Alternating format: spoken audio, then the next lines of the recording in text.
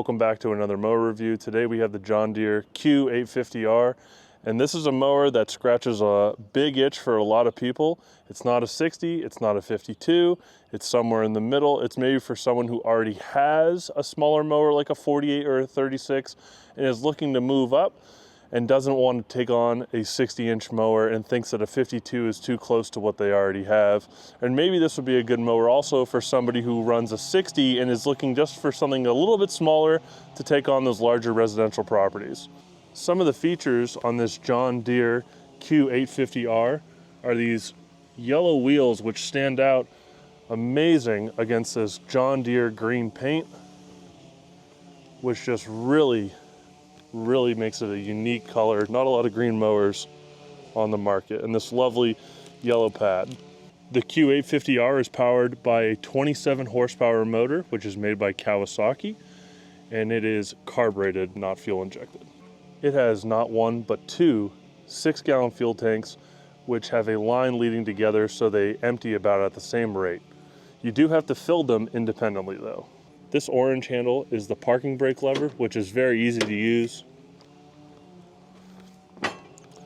The deck system is controlled through these pins, which fit very easily into any of these slots.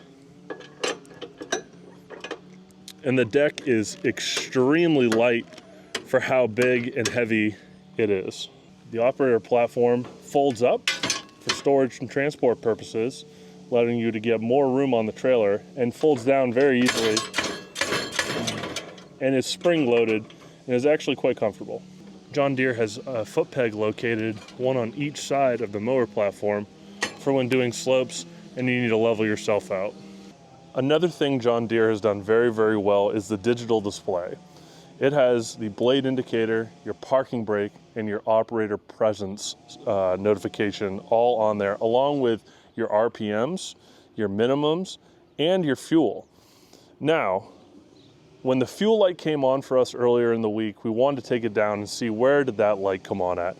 And when the light began flashing, or like the quarter tank or eighth of a tank notification, we were able to mow for another 45 minutes at full throttle, going quite quickly, and we still had fuel in the tank. So I'm not sure how many gallons that light is supposed to be indicating that you have left, where I know exactly on my bobber gauge that's on my Skag, when I come close to that E line, I got about maybe 25-30 minutes of fuel.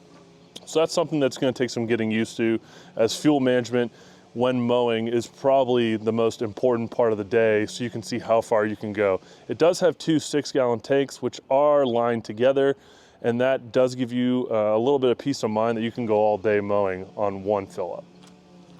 Another thing about the R, this basket comes on it standard, I believe, which is an amazing little touch that they give you, somewhere to put your trash or maybe a water bottle, little things like that, because this mower, believe it or not, does not have a cup holder, which was kind of surprising. So we've talked about all the things that I like, or that someone who's maybe in the market for a mower might like. Let's talk about a few things that I am not a fan of. The first thing we're going to talk about that I'm not a fan of, that I think pretty much anyone that does who gets a mower, this grass flap is gigantic and it sticks out a long ways. And it's pretty rigid. It does have a little bit of flex to it. It has moved out of the way, but we have had to tie it up because not all of our properties are big and have room to have an extra foot sticking out past the mower. Another thing I'm not a fan of is not having bobber gauges on the fuel tanks. I kind of wish we had some bobber gauges on the fuel tanks to see, in the event as this mower gets a little bit older, if one fuel tank maybe had a clogged fuel line, it'd be kind of hard to find out without opening the cap or which one might be draining slower. If these two had independent tank gauges, just as a redundancy backup, I think that would go a long way towards the longevity of this machine down the road. I gotta turn this mower around so I can show you one of the biggest gripes about it.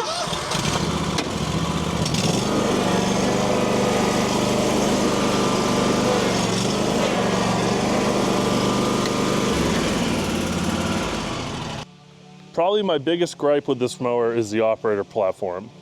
I find that it rides about 1 inch to half an inch too high. I think we could have dropped this down a little bit, made it maybe a 1/4 inch to half an inch longer, and squared it off instead of having this radius, because most people stand with a wide stance. I have a size, these are 13s, but normally I wear a 14, and I am at the front of the mower and I'm hanging off by about 2 inches. It's fatiguing. It adds a little bit of stress on your legs unnecessarily. Now, a genius idea, because this platform is flat and flush, it doesn't have any bolstering, maybe like a Toro Grandstand or even the Skag that kind of like has a lip for you to put your shoe against, hence why I usually wear out the front right corner of my right shoe. It has these pegs, and I thought they were a good idea, and as you stand on them, they flex a lot. I mean, and I'm not putting a ton of weight on them. If I put all my body weight, they actually touch the tire, which is a place for concern because you're gonna have premature tire wear. And I think that this structure altogether has only got these couple bolts down here really holding it on, and this is gonna break. I can guarantee that you're gonna fatigue this metal from repeated stresses, and it is just gonna snap clean off.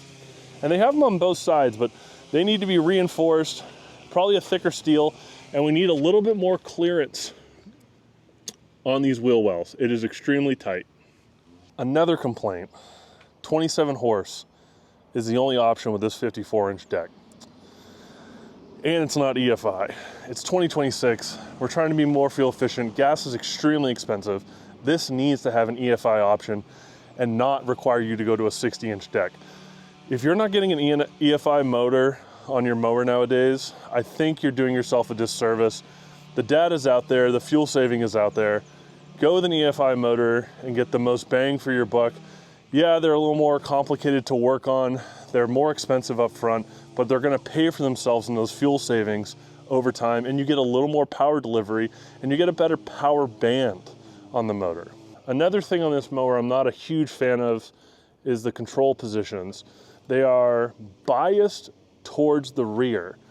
And sometimes what I find the mower doing is almost rolling a little bit forward, or you think that you pulled it back to the neutral position if you leave your hands on it and you don't remove your hands and let the operator controls come back to their neutral position on their own. You find yourself still slightly going forward, and you have to pull these controls back much farther than you would originally think to do.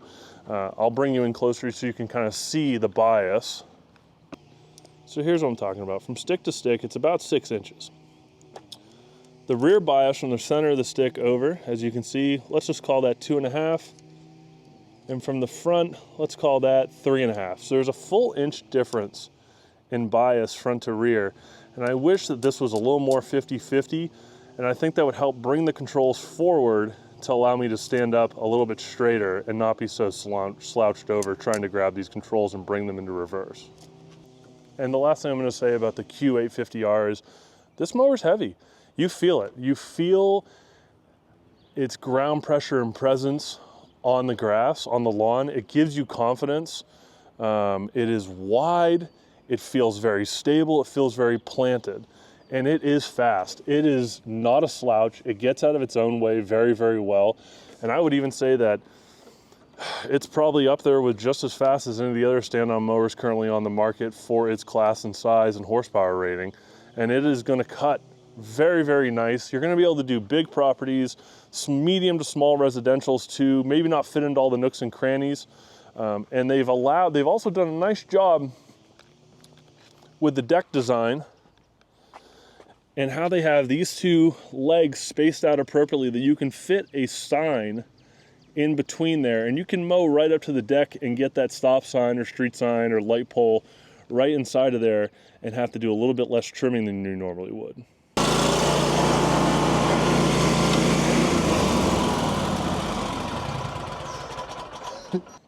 Well, that's going to do it for this review of the John Deere Q850R. Big shout out to West Central Equipment for loaning this out to us on demo for a few days. Thank you to BJ and everyone over there. If you're in the market for a John Deere, head over to West Central Equipment, talk to BJ, tell him we sent you, and maybe you'll come home with a mean green mowing machine. And on that note, we're going to go mow the last lawn of the day.